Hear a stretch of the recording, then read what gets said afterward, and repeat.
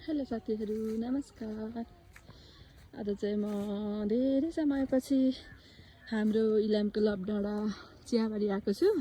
हेर्नु न, अस्ति भदौको बाढी पहिरो पछाडि त आज मात्र आएको रहेछु। यस्तो पहिरो कति गएको रहेछ चियाबारीमा, देखेकै थिएन।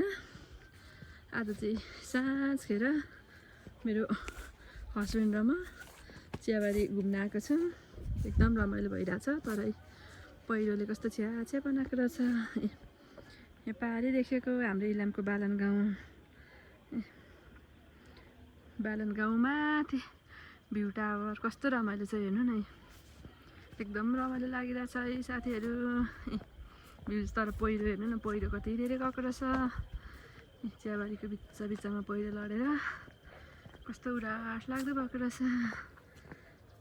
अब यो फेरि पहिलेको जस्तै हुन त धेरै समय लाग्छ होला।